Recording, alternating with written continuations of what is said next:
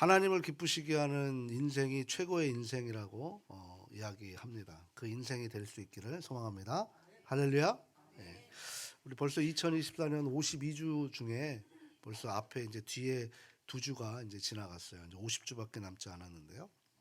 우리 예언 가족들에게 2024년 첫 주간에 또 특별한 또 일들이 많이 있었잖아요.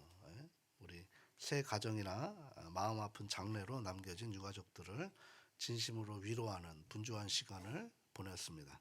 그러면서 저에게 이 한 해 중 첫째 주간을 보내면서 나름 생각하게 되었는데요. 그 중에 이 출생과 죽음, 이 땅의 보내짐과 다시 돌아감, 시작과 마무리, 이에 대한 부분을 함께 맞이하면서 더 많은 생각을 하게 되었습니다. 특별히 제게 또 많은 분들 중에도 감사할 분들이 많지만 또 힘든 시간을 보낼 때, 제 개인적으로 힘든 시간을 보낼 때 우리 어머니처럼 따뜻하게 격려와 위로를 해주셨던 우리 김봉순 권사님 그 장례 기간 중에 또 개인적으로 저는 태어난 날을 또 맞이하게 됐습니다. 그래서 그 개인적으로는 우리 권사님의 마지막 생일상을 또 맛있게 차려주시는 것 같아 만감이 교차하는 시간을 보냈던 것 같습니다. 그렇게 슬픔과 부모님의 그 자리가 허전함을 남겨진 유족들에게 이 고인이 되신 부모님들은 지금 하나님 품에 천국에 계신다는 위로와 말씀을 하나님의 말씀을 선포했습니다. 그러면서 제 마음에 그 굉장히 많은 생각을 하게 되는 꽉 채웠던 생각이 하나 있었는데 그게 뭐냐면 하나님께서 계신 천국은 과연 어떤 곳일까라는 그런 생각이 들었습니다. 그리고 동시에 그 천국을 가려면 과연 이 세상에서 우리가 어떻게 살아가야 되는가? 그냥 우리가 교회를 다닌다고 그렇게 그냥 천국이 우리에게 당연히 가는 것일까? 한번 더 생각을 해봤습니다. 신학적으로도 한번 생각해봤고 이것을 한번 신학적으로 풀어서 우리 가족들에게 우리가 이 문제가 이 난제가 풀리면 우리는 하나님이 기뻐하시는 최고의 인생을 살아가게 될 줄 믿습니다. 모두가 그것이 인생 성공이고 신앙 성공이고 하나님이 이 땅에 우리를 보내준 목적을 이루는 위대한 삶이 될 줄 믿습니다. 그래서 오늘 이 묵상을 내내 했고 이 묵상이 오늘 설교의 핵심 주제가 되었습니다. 그래서 천국을 소망한다면 과연 이 세상에서의 삶은 어떻게 살아야 하는지에 대한 말씀을 찾다가 성령께서 저에게 감동을 주셔서 한 인물을 집중하게 됐는데요. 그 인물은 바로 사도 바울입니다. 사도 바울은 자신의 생애 중에 천국을 직접 가서 천국을 경험한 사람이에요. 그러니까 천국을 갔다 온 사람입니다. 살아생전에.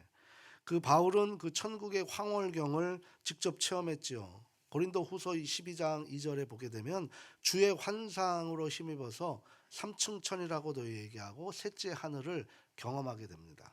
거기에 올라가서 아주 기가 막힌 모습을 직접 보았기 때문에 그 이후에 바울은 예수님에 대한 믿음이 확고해졌고 천국에 대한 그래서 바울의 온 마음과 생각은 전부 항상 하나님 나라에 집중되어 있던 것을 서신을 통해서 우리에게 보여주고 있습니다. 그 천국을 바라볼 때마다 바울은 가슴이 벅차도록 뛰었고 그것을 놓치지 않으려고 날마다 십자가에 죽는 그런 결단 아닌 결단을 날마다 했던 거죠. 이것을 바울은 마음의 할례라고 그렇게 이야기하고 있습니다. 그래서 바울은 이 땅에서보다 오직 하나님 나라에만 관심을 두고 살았던 사람이라고 할 수 있는 거죠. 하나님께서 지금이라도 속히 불러주셔서 그 나라에서 영원히 살고 싶다는 그 간절한 바람이 오늘 본문 8절에서 바울이 직접 고린도 교회에다가 그리고 우리에게 보내고 있는 건데요. 저는 개인적으로 정말 감사한 것은 지난 주간 우리 또 세 분 하나님의 부르심을 받았죠. 너무나 안타깝지만 한광희 집사님 그리고 김봉순 권사님, 송소열 집사님 모두가 다 기독교 예식으로 마무리를 했기 때문에 저는 굉장히 기쁘고 감사했습니다. 이 기독교 명문 가문이죠. 우리가 예수님을 믿고도 남겨진 유가족들이 그 믿음을 이어져 나가지 못해서 그 기독교 장례식에 마무리를 하지 못했던 그런 모습들 우리도 한번 또 경험했잖아요. 너무나 마음이 아팠는데 그렇게 감사하는 마음으로 그 마무리를 잘할 수 있었고 그것에 확신이 되었던 것입니다. 이제 우리가 기도해야 될 과제는 하나님 품에 가신 그분들을 기도할 게 아니고 그분들이 우리를 위해 기도할 것이고 남겨진 유가족들이 그리고 예언가족들 우리 함께 신앙생활했던 예언가족들이 이분들처럼 내가 기뻐하는 삶이 아니라 내가 만족하는 삶이 아니라 하나님께서 기뻐하시는 삶을 살기 위해서 마음을 다해 힘을 다해 정성을 다해 살아갈 수 있기를 주님의 이름으로 소망합니다. 우리 그렇게 그분들이 살았기 때문에 기독교의 예식으로 마무리를 했다라고 저는 믿습니다. 그 천국을 바라보는 천국의 소망을 바울은 오늘 8절에서 이렇게 표현하고 있는데요. 우리 8절 말씀 함께 읽어보도록 하겠습니다. 우리가 담대하여 원하는 바는 차라리 몸을 떠나 주와 함께 있는 그것이라. 우리가 담대하여 원하는 바는 차라리 몸을 떠나 뭡니까? 몸을 떠나는 건 죽음으로 함께 주와 함께 하는 것이다. 몸보다는 내가 죽더라도 주와 함께 하는 것이 바울이 가장 원하는 것이다라고 그렇게 말하고 있는 거죠. 그런데 우리는 바울과는 정반대로 이 세상에서 우리가 어떻게든 성공해 보려고 어떻게든 높은 위치에 있어 보려고 어떻게든 좀 많이 가져 보려고 아등바등 하는데 정작 바울은 그런 위치와 기회와 그런 능력이 있음에도 그것들을 다 뭘로 여겼습니까? 배설물로 여기고 오직 하나님 나라만 집중했던 삶을 우리에게 보여주고 있는 거예요. 물론 바울과 같은 분들도 많은 줄 압니다. 이렇게 주님 곁을 가고 나아가고 싶은 소망을 가지면서 동시에 바울에게는 이 하나님을 향한 마음의 열망, 열정과 함께 그 큰 고민거리가 하나 있었던 것을 오늘 본문에서 발견해낼 수 있는데요. 그것은 뭐냐면 이 세상에서 육신은 죽고 나면 우리는 영이 올려지는데 영이 하나님 심판대 앞에 서야 한다는 거예요. 우리 모두는 하나님 심판대 앞에 선다는 거예요. 누구도 그 심판대 앞을 벗어날 수는 없습니다. 우리가 죽음의 부활이든 생명의 부활이든 그 심판대 앞에 서 있는 것이 성경의 약속인 거죠. 근데 그 심판대 앞에서 하나님께서 칭찬하시고 인정하시는 사람이 되고 기쁨으로 천국에 들어가기 위해서 과연 이 세상에서 어떻게 살아야 하는지에 대한 고민을 이 천국을 체험한 바울에게는 계속 그 고민이 있었던 거예요. 내가 하나님 앞에 섰을 때 무엇이 보여질까? 이 영적 두려움과 거룩한 부담감을 늘 가지고 살았던 것이 사도 바울인 것이죠. 그 고민거리가 10절에 나오는데요. 우리 10절 말씀 같이 한번 읽어보도록 합니다. 이는 우리가 다 반드시 그리스도의 심판대 앞에 나타나게 되어 각각 선악강의 그 몸 삶으로 행한 것을 따라 받으려 함이라. 아멘. 그러니까 삶으로 행한 것을 따라 받으려 함이라. 심판대 앞에 우리의 삶의 모든 일거수일투족이 하나님 앞에 드러나게 된다는 거죠. 우리가 감추었고 우리가 몰랐던 모든 것들도 다 드러나게 된다는 것입니다. 장차 우리는 모두 그리스도 예수 앞에서 서서 반드시 심판을 받아야 합니다. 그래서 그때 우리가 살아왔던 모습이 주님 앞에 그대로 드러난다는 거예요. 선한 일을 했든지 악한 일을 했든지 육체를 사는 동안에 행한 대로 보여질 것이라는 것을 바울이 알게 된 것이죠. 이처럼 영적이며 실제적인 고민 때문에 바울은 날마다 살점이 떨어져 나가고 피를 흘리는 그 고통이 따른다 하더라도 마음의 할례를 날마다 하며 그것을 증표 삼아 살아가려고 했던 거예요. 이 마음의 할례가 뭐예요? 우리에게는 양심의 찔림이에요. 양심의 찔림. 어찌할꼬. 바울이 베드로가 얘기했던 그 어찌할꼬. 내가 이렇게 살아가면 어찌할꼬. 내가 이런 식으로 하나님 앞에 서면 어찌할꼬. 라는 거예요. 이것을 지금 마음의 할례라고 이야기했던 것입니다. 이제는 내가 이 세상에 사는 동안 오직 하나님만을 기쁘시게 하는 삶을 살고 싶다. 이 결단의 선언으로부터 그 죽음조차도 결코 두려워하지 않는 신앙 생활을 하게 되는 것입니다. 신앙은 생활로 이어져야 되는 거예요. 예배는 생활로 이어져야 되는 거예요. 기도는 삶으로 이어져야 되는 줄 믿습니다. 그 고백을 9절에서 하고 있는데요. 9절 말씀을 한번 같이 읽겠습니다. 그런즉 우리는 몸으로 있든지 떠나든지 주를 기쁘시게 하는 자가 되기를 힘쓰노라. 몸에 있든지 살든지 죽든지 주를 기쁘시게 하는 자가 되기를 뭐 한다고요? 힘써야 된다는 거예요. 자연스럽게 되는 신앙 없습니다. 힘을 쓰고 애를 써야 되는 거예요. 그 애를 쓰지 않으면 우리가 만들어 놓은 종교로 전락해 버립니다. 그럼 하나님 앞에 갈 수 없는 거예요.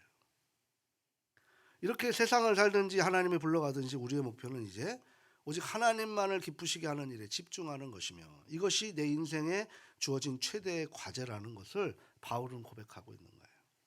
이것은 단순히 마음 한번 먹고 노력한다라는 작심삼일이 아니죠. 제가 금요일 날도 얘기하는데 작심삼일을 해결할 수 있는 방법은 뭘까요? 그 작심을 3일마다 하면 돼요. 그러면 계속 그 작심이 이어진다라고 볼 수 있는 거죠. 마음의 할례를 통해서 바로 그런 거예요. 우리가 고민하고 결단하는 것을 매일같이 이루어지는 거예요. 그래서 바울은 나는 날마다 십자가 안에서 죽노라라고 이야기를 하는 것이죠. 바울의 소망, 하나님만을 기쁘게 하는 인생, 천국에 가서 영원히 행복하게 사는 것도 중요하고 그것을 갈망했습니다. 그러나 그 전에 우리를 이 세상에 보내신 동안에, 이 세상에 살게 하는 동안에 과연 우리가 하나님의 그 보내신 목적, 하나님을 기뻐하시는 일에 내 인생의 초점을 맞추고 그리고 그것을 나의 가장 큰 계획으로 삼고 내 인생에 투자하는 열정을 내며 보느냐는 그 중점을 두는 모습을 하나님은 보고 계시는 거예요. 구원이 아니라 구원을 가지고 완성해 나가는 그 과정을 하나님이 가장 중요하게 보신다는 사실입니다. 바울은 자기 인생을 전부를 하나님께 투자해도 하나도 아깝지 않다고 날마다 고백하며 확인하며 살았던 것이 바울의 이 서신의 고백 속에 다 느껴지게 되는 거죠. 그렇습니다. 우리도 모두 다 생을 마감하고 나서 하나님 앞에 가면 뭐만 남는 줄 아세요? 하나님이 기뻐하셨던 일들만 남는 거예요. 왜? 죄는 다 예수님께서 다 버리셨기 때문에 하나님 앞에 내가 정말 하나님을 기쁘시게 한 일들이 얼마나 많이 남아있는지 바로 그 심판대 앞에 우리가 서 있을 밖에 없는 거죠. 나머지는 다 사라집니다. 그런데 정작 우리가 하나님을 기쁘시게 하는데 관심이 없고 오로지 나를 위했던 시간들만 있다면 하나님 앞에 남겨진 것이 무엇이 있을까? 한번 이런 고민들 한번 해보셨습니까? 저는 그 세 분의 그 위대하고 멋진 아름다운 마무리를 앞에서 이분들이 정말 그런 삶을 사셨구나라는 생각이 들면서 남겨진 우리들에게도 이것이 시급한 과제라고 느껴졌고 말씀을 묵상했던 것입니다. 진짜 심각하게 바울은 생각했어요. 천국에만 가면 소원이 없겠다. 이 말을 들으면 믿음을 생각해 보게 되지만 이 천국에만 가면 소원이 없겠다라는 것을 우리가 조금 더 깊이 생각해 보면 이게 무슨 뜻일까요? 세상에서는 내 마음대로 좀 살아보고 내가 원하는 인생 즐겨보고 나중에 천국이 있으면 그때 예수 믿고 천국 문 안에만 들어가면 다행이다. 이것은 우리가 만들어 놓은 종교예요. 우리가 예수를 내가 믿어요? 예수님이 믿게 하시는 거죠.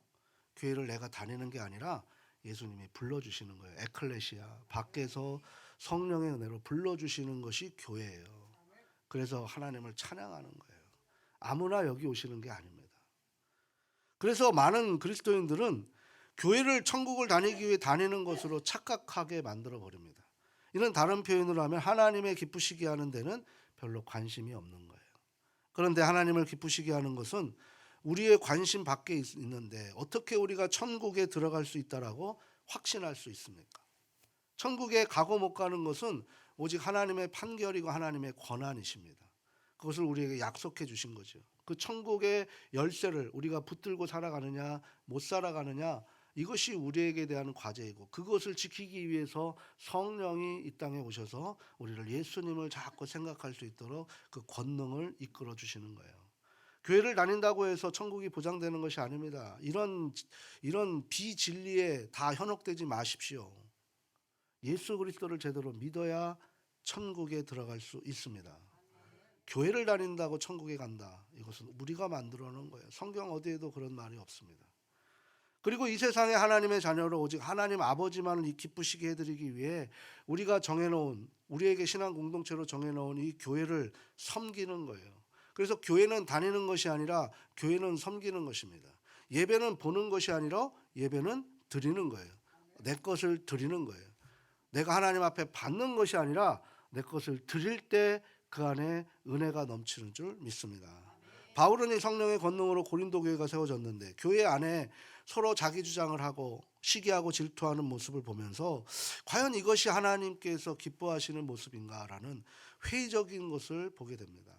이 고린도 전후서는 원래 3개의 편지가 있었는데 중간의 편지가 하나가 사라져 버렸어요. 그래서 지금 고린도 전서와 후서인데 그 중간의 편지를 통해서 그 말도 안 되는 그 말썽꾸러기 고린도 교회가 다시 하나님의 은혜로 회복되는 모습을 보면서 이 힘쓰는 삶을 살아가자라고 격려하는 그 서신이 고린도 후서입니다. 그러니까 지금 우리는 무엇을 우선으로 신앙 체계를 세워야 하는가에 대한 시급한 과제가 있는 거죠. 우리 주님께서도 이 말씀과 비슷한 구원에 대한 말씀에 대한 부분을 하신 적이 있는데요. 누가복음 13장 23절 24절입니다. 우리 함께 읽도록 하겠습니다. 어떤 사람이 여짜오되 주여 구원을 받는 자가 적으니이까 그들에게 이르시되 좁은 문으로 들어가기를 힘쓰라 내가 너희에게 이르노니 들어가기를 구하여도 못하는 자가 많으니라. 아멘. 오늘 본문을 잘 보시면 아주 주님의 진리의 말씀이 나와요.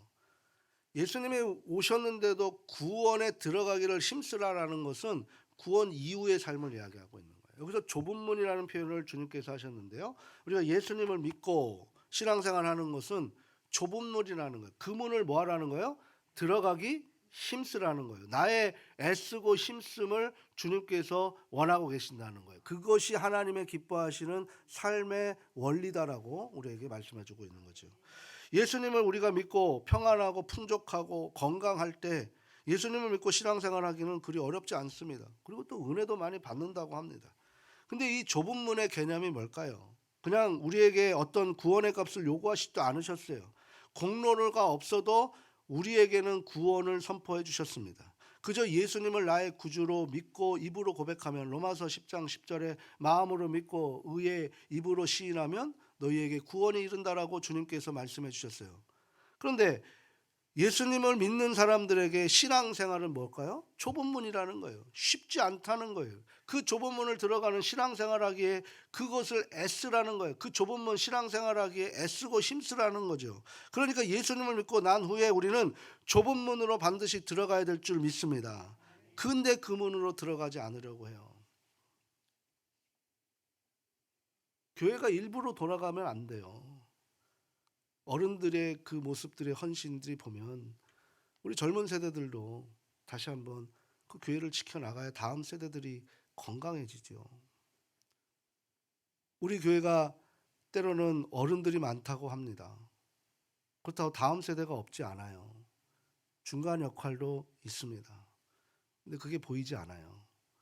오늘 우리가 이 남성교 여전도에 작년서부터 시도했는데 실패했고 오늘도 했는데 이거에 대한 우려가 굉장히 많아요. 사람이 없다는 거죠. 사람이 없습니까? 우리 교회가 사람이 없습니까? 좁은 문을 들어가는데 힘쓸 수 있는 저와 우리 가족들 모두 될 수 있기를 주님의 이름으로 축원합니다. 그게 주님을 기뻐하시는 삶이라는 거예요. 예수님을 믿고 난 다음에 우리의 관심은 죽고 난 다음에 천국에만 관심을 갖는다는 거죠. 나 같은 죄인 구원해 주신 하나님을 어떻게 하면 내 인생 가운데 그 은혜에 보답하며 보은하며 살아갈 것인가. 이게 주된 관심사가 되어야 되는데 우리는 좁은 문 들어가려고 하지 않아요. 예배도 지키지도 못할 수도 있고 우리가 그런 여러 가지 부분들이 우리 안에 있다라는 거예요.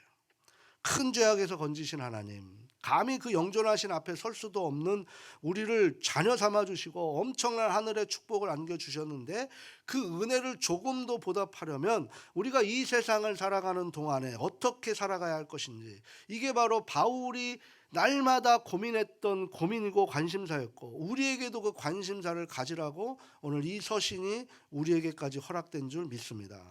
이 관심사대로라면 입으로만 주여 주여 해서는 안 됩니다. 자기를 부인하고 자신의 십자가를 지고 주님, 오직 주님을 따라가야 하는 거예요. 주님께서 그 좁은 문을 걸어가셨기 때문이죠. 그 주님을 따라가는 길이 때로는 생명과 그리고 바꾸는 위기를 만날 때도 있습니다. 그런데도 불구하고 그런 값을 치르는 것을 당연하게 여기고 사는 것이 진짜 신앙 생활이고 그리고 좁은 문이고 그 진리를 따라가는 제자의 모습인 줄 믿습니다. 이 길은 하나님의 은혜를 확실히 알지 못하면 아무나 갈 수 없고 들어갈 수 없는 길이에요. 구약의 선지자 그리고 구약의 예배 제사를 담당했던 제사장, 신약의 12제자 그리고 그 제자들의 속사도, 사도 그리고 사도, 속사도, 제자들 그리고 그 제자들의 제자 성직자들 부르신 사람들이 얼마나 잘못된 길을 많이 갔는지 우리는 교회사를 통해 부끄러운 교회사를 가지고 있습니다. 목사라고 해서 다 하나님을 기쁘시게 하는 삶을 살지 못합니다. 우리 모두는 다 팔이 안으로 굽혀져서 다 자기를 위해서 살아가지 예수님처럼 내가 상대방을 위해서 팔이 꺾이는 일을 우리가 감당할 수가 없는 거예요. 목사인 저도 목양한다라고 교회를 위한다고 하면서 시간을 투자하고 생을 바칠 수도 있습니다. 그래서 소위 성공한 목사, 알아주는 목사, 이름이 날리는 목사 될 수도 있습니다. 그러나 하나님은 그 중심을 보시고 계시는 거죠. 내가 정말 내 이름과 계획을 성공하려고 열심을 내었는지, 아니면 하나님께서 우리에게 맡겨주신 사명을 기쁜 마음으로 감당했는지, 애를 써서 감당했는지, 오직 마지막 때 하나님 앞에 가면 명명백백 드러나게 될 것을 성경은 말씀하고 있습니다. 그래서 이 말씀을 묵상하는 설교 내내 저는 굉장히 두려웠습니다. 그래서 하나님 앞에 간절히 한 주 내내 이렇게 기도했습니다. 하나님, 교회를 위한다고 제 목회 성공을 위한 성공은 이 시간 다 산산조각 내주시고 오직 하나님께서 기뻐하시는 길로 저희를 인도하여 주십시오. 이것이 제 이 한 주간의 기도 제목이었습니다. 이처럼 기독교는 내 식대로 세상 행복하게 살기 위해서 우리가 만들어 놓고 들고 다니는 종교가 아닙니다. 세상은 아무것도 아닙니다. 기독교의 중심은 오직 영원한 하나님 나라에 있는 줄 믿습니다. 우리는 바로 모두 거기 가야 하며 천국을 가기 위해 이 땅에서 구별된 삶을 살아가는 것이 성도이고 그리고 구원받은 구별된 사람들인 줄 믿습니다. 이 세상에서는 우리 모두는 나그네고 객이에요. 이번에도 장례를 통해서 우리는 이 땅에 영원히 살 수 없음을 다시 한번 증명해 주셨습니다. 그저 하나님 나라를 들어가기 위해서 우리는 이 땅에서 리허설 할 뿐입니다. 진짜는 따로 있다는 거예요. 하나님을 기쁘시게 하는 삶을 여기서부터 살아야만 영원한 나라에 가서도 마찬가지로 하나님을 기쁘시게 하는 삶을 살아가는 거예요. 그게 예배이고 그게 교회이고 신앙생활입니다. 여기서도 하지 못하는데 하나님 나라 가서 진짜 하나님을 기쁘시게 할 수 있을 것 같아요? 그때 가서 하겠습니다. 그거는 화장실 들어가기 전의 모습이죠. 우리는 언제든지 변개하는 그런 사람들입니다. 그렇다면 우리가 어떻게 하면 이 세상에서 하나님을 기쁘시게 하는 삶을 살 수 있을까요? 가장 먼저 하나님이 기뻐하시는 인격을 갖춰야 합니다. 우리가 자녀를 낳으면 키울 때 정말 힘들죠. 저도 늦둥이를 낳아서 너무나 힘든데요. 그 키우는 재미가 있습니다. 그래서 이 재미에 그 힘든 여정을 또 겪고 싶어 하는 거예요. 그래서 아이를 또 낳고 싶은 부모의 마음이 있는 거죠. 아이들의 재롱 떠는 것을 보면서 부모의 입장에서는 그냥 선물 그 자체이고 기쁨 그 자체입니다. 사는 맛을 느낀다라고 합니다. 그 자녀를 키우는 부모의 심정이 곧 하나님의 마음이라고 우리가 헤아려 볼 수 있는 거죠. 하나님께서 우리에게 바라시는 것은 뭘까요? 딱 하나밖에 없어요. 바로 하나님의 형상대로 닮은 사람이 되기를 원합니다. 하나님은 우리를 하나님의 형상대로 그렇게 세우시면서 우리를 창조하셨어요. 그 가장 하나님을 닮았던 분을 이 땅에 보내주셨는데 그분이 누구십니까? 바로 예수 그리스도이시죠. 우리도 그분 예수님을 닮고 오늘 찬양도 참 은혜가 됐는데 예수님 닮기 원합니다. 이 찬양 오늘도 이 부분을 가지고 함께 하나님께서 이끌어 가시는 것 같아요. 우리의 닮음으로 인해 하나님의 형상을 우리에게서 나타내 보일 수 있으면 하나님은 가장 기뻐하실 거라는 거예요. 태초에 하나님께서 창조하실 때 우리는 우리의 형상대로 하나님의 삼위일체 형상대로 사람을 창조하셨다라고 창세기 1장 27절에서 분명히 밝히셨습니다. 이처럼 우리는 하나님의 형상대로 창조된 존엄하고 영광스러운 존재입니다. 그런데 우리의 탐욕의 죄로 인해서 이 하나님의 형상을 잃어버린 거예요.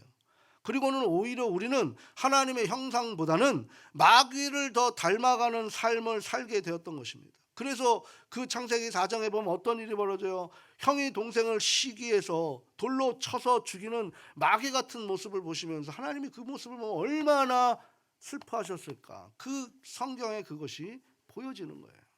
정말 실망하시고 오래도록 슬퍼하시면서 하나님의 형상대로 지어진 존재를 이렇게 두면 안 되겠다라고 결정하시고 다시 하나님을 닮는 거룩한 형상을 만들겠다라고 다짐함으로 우리 예수님을 우리에게 보내신 게 아니라 뭐라고 하셨어요? 주셨다 그랬어요. 이처럼 독생자를 사랑하사 우리에게 독생자를 주셨으니 라고 얘기하는 거예요. 주님이 우리를 위해서 그리고 그 대신 십자가를 지시는 삶을 했던 거예요. 이거는 뭐예요? 팔이 꺾이는 삶을 살으셨다는 거예요. 누구를 위해서?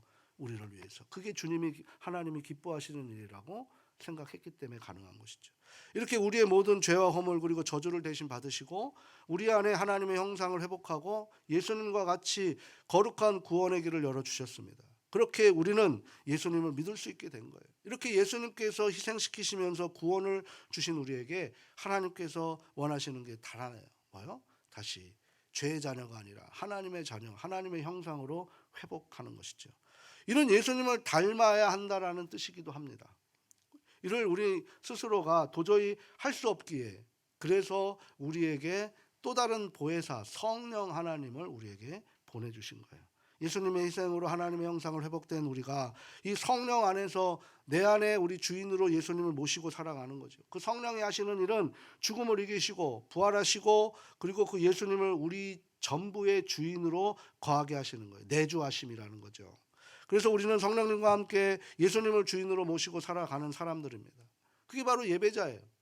우리는 성령의 권능으로 말미암아 우리로 하여금 계속해서 예수님을 닮아갈 수 있도록 날마다 은혜 주시는 게 뭐냐면 성령 충만입니다. 그래서 우리는 성령 충만함을 간절히 간구해야 되는 거예요. 그렇게 우리의 내주하심의 성령은 예수님을 닮아갈 수 있도록 삶 속에서 계속 역사하시는 거죠. 그래서 성령의 감동으로 이 말씀이 들려지는 것이고 레마로 들려지는 것이고 어찌할까 하면 우리의 양심을 찔러서 마음의 할례를 이끌 수 있도록 성령의 말씀으로 우리에게 이끌어 가시는 것입니다. 이번 통독이 그런 시간 될 수 있기를 주님의 이름으로 소망합니다. 그렇게 성령의 은혜가 임하게 되면 우리의 성격과 개성은 완전히 바꿔버리시는 거죠. 그래서 우리를 성령의 인도함으로 날마다 받아야 하며 그 은혜로 성령의 열매를 삶 속에서 맺게 하는 거예요. 그 열매가 내 안에 세상 밖으로 나오는 것인데 예수님을 믿는 사람들의 인격이 형성되는 것을 바울이 갈라디아서 5장 22절에서 23절에 성령의 열매가 이런 것이다 라고 우리에게 보여주고 있는 것이죠. 한번 같이 읽어보도록 하겠습니다. 갈라디아서 5장 22절 23절. 오직 성령의 열매는 사랑과 희락과 화평과 오래 참음과 자비와 양성과 충성과 온유와 절제니 이 같은 것을 금지할 법이 없느니라. 아멘. 금지할 법이 없다는 거예요. 이 성령의 열매가 우리에게 맺어지게 하신다는 거죠. 성령님께서 저와 우리 예언가족들을 이렇게 성령의 열매를 맺게 해주시는 줄 믿습니다. 그렇게 나도 모르는 사이에 우리가 예수님을 닮아가며 우리가 하나님을 기쁘게 하는 존재로 우리의 인격이 형성되는 거예요. 이게 변화입니다. 그래서 이 형성된 인격으로 우리가 그 다음에 해야 될 것이 뭐냐면 하나님의 일을 합당하게 해야 되는 거예요. 변화를 받아 우리가 하나님의 기뻐하시는 일을 합당하게 해야 된다고 골로새서 1장 10절에 말씀하고 있는데요. 같이 한번 읽어보도록 합니다. 주께 합당하게 행하여 범사에 기쁘시게 하고 모든 선한 일에 열매를 맺게 하시며 하나님을 아는 것에 자라게 하시고. 아멘. 그러니까 우리는 자꾸 열매에 초점을 맞추지 마시고 변화를 받아 합당한 일을 우리가 최선을 다하면 열매는 자연적으로 세워진다라는 거예요. 합당히 행한다라는 의미가 무엇입니까? 하나님을 기쁘게 하는 일을 실행하라라는 거예요. 우리도 하나님이 기쁘시게 하는 일을 세상에서 반드시 실행해야 될 줄 믿습니다. 그러면 하나님이 기뻐하시는 일이 실제적으로 뭔지를 우리가 알아야겠죠. 변화를 받아 우리가 무엇을 해야 되느냐? 첫째가 뭐냐면 예배입니다. 예배. 하나님의 자녀 삼으신 것을 하나님의 은혜로 찬송하게 하려는 의도인 거죠. 그러니까 저와 우리 가족들은 예배하는 자로 불러주신 거예요. 어떤 상황에 처해 있다 할지라도 하나님을 경배 예배하는 것을 멈춰서는 안 됩니다. 지금까지 성전이 무너지고 성막이 사라지고 그리고 회당이 사라지고 교회가 점점 하나씩 무너진다 하더라도 그 예배 처소는 어느 때도 사라지지 않았고 전쟁통에도 예배는 진행된 줄 믿습니다. 예배는 하나님의 사랑 안에서 그 은혜를 누리며 나누는 것이 예배인 거예요. 그래서 로마서 12장 1절에 이런 말씀을 하세요. 같이 한번 읽어보도록 합니다. 그러므로 형제들아 내가 하나님의 모든 자비하심으로 너희를 권하노니 너희 몸을 하나님이 기뻐하시는 거룩한 산 제물로 드리라. 이는 너희가 드릴 영적 예배니라. 아멘. 몸으로 하나님이 기뻐하시는 거룩한 산 제물. 몸을 움직여 모든 삶으로 하나님의 은혜를 즐기는 것. 이게 바로 하나님이 우리에게 영적 예배의 완성품이다라고 이야기하는 거예요. 그러니까 우리에게 이런 예배가 있다면 하나님은 정말 기뻐하실 것입니다. 그리고 예배는 또한 하나님이 우리에게 일정한 장소, 시간을 정해놓고 우리에게 예언 공동체라는 그런 공동체를 묶어주시고 거룩한 사람들이 모여서 드리는 것이 바로 예배입니다. 요즘에 플로팅 크리스찬이라고 해서 공중에 붕붕 떠다니는 부평초 같은 크리스찬, 하나님 기뻐하시지 않아요. 여기 가서 기웃 저기 가서 기웃 그런 거 아닙니다. 내가 정해놓으면 하나님 그것을 내가 이곳에서 정할 수 있도록 신중하게 정하셔야 돼요. 교회를 정할 때는 목사의 철학과 공유하셔야 돼요. 그게 안 되면 쉽지 않습니다. 그래서 예배 성공 후에 우리가 하나님을 기쁘시게 하려는 섬기는 삶을 살아야 합니다. 왜냐하면 예수님께서 이 땅에 섬기는 삶을 사셨기 때문이에요. 날마다 환자가 씨름하며 실패한 사람들하고 함께 지내셨던 분이 예수님의 실제 삶이었던 거죠. 이처럼 병자를 고쳐주는 삶, 사람들을 비난을 받다 가면서 꿋꿋하게 다른 사람들을 섬기는 것에 주님은 전 인생을 바쳤습니다. 그것도 모자라서 자신의 생명까지 저와 우리 가족들에게 내어주셨던 분이 바로 우리의 구세주이신 예수 그리스도이신 줄 믿습니다. 마찬가지로 우리 교회 안팎에도 섬겨야 할 분들이 너무나 많이 있어요. 섬김의 시간이 있을 때 그것이 시간이 있을 때 하는 것이 아니라 분주하고 힘에 겨워도 뭐 하라는 거예요? 힘써서 지키라라는 거예요. 힘겨워도 주님의 은혜를 생각하며 즐거운 마음으로 하나님을 섬기듯이 아프고 힘든 분들을 섬기는 거예요. 제가 어떤 교회를 갔는데 그 교회가 목사님하고 성도하고 분쟁이 있어요. 그래서 그 목사님 혼자 그 교회를 청소하기도 힘들고 해서 어느 순간에 청소를 못했는데 그 교회가 어떻게 된 줄 아십니까? 거미줄이 있고 먼지가 쌓여서 예배를 드릴 수 없는 거예요. 이런 모습으로 우리 교회가 되지 않기를 다시 한번 주님의 이름으로 소망합니다. 항상 이런 마음으로 정성을 다 쏟아서 남을 섬기는 것이 바로 하나님의 형상을 되찾는 예수님을 닮아가는 신앙생활이 되는 거예요. 하나님을 진정으로 기쁘시게 하는 삶을 살려면 바로 그 하나님의 사랑을 전하는 전도의 길을 가는 거예요. 전도, 예수 믿으세요가 아니라 예수를 삶으로 살아내십시오. 그러면 그것이 전도가 될 줄 믿습니다. 그래서 올 한 해도 우리가 나와 같은 예배자 세우기를 다시 또 실행하려고 합니다. 이것은 뭐예요? 하나님 앞에 명단을 올려놓고 다시 하나님 나라를 올려드리면서 내가 삶으로 드리는 기도인 거예요.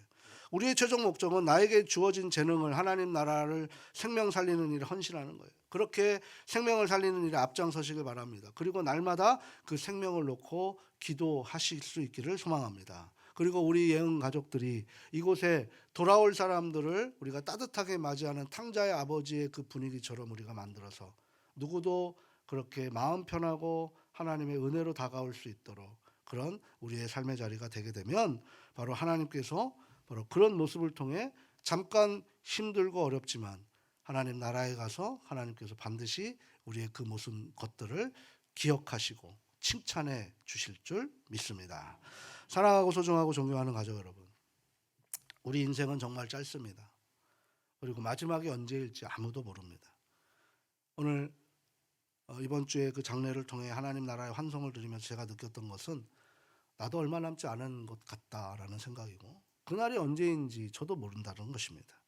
그리고 하나님 앞에 설 때 나는 과연 무엇을 하며 살았다고 하나님 앞에 보일 수 있을까라는 생각이 제 마음을 사로잡았습니다.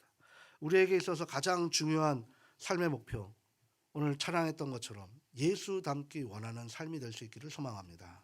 그래서 이 마음을 통해서 2024년 하나님의 사랑을, 하나님의 은혜를 넘치게 받으셔서 하나님의 사랑을 받는 게 아니라 이미 그 은혜를 받으셨기에 그 사랑을 나누면서 우리가 살아가는 그 결단의 고백을 통해 예배, 섬김, 복음 전도를 위한 우리의 삶 속에 어디서든지 하나님을 기쁘시게 하는 삶을 살고 마지막 심판 때에 영생의 축복을 받으시면서 충성된 자녀의 기쁨으로 우리의 마지막 위대한 마무리가 되어질 수 있는 저와 우리 가족들 모두 될 수 있기를, 그리고 이 2024년이 그렇게 하나님이 기쁘시게 하고 예수님 닮아가기를 원하는 삶이 되어지기를 주님의 이름으로 축복합니다.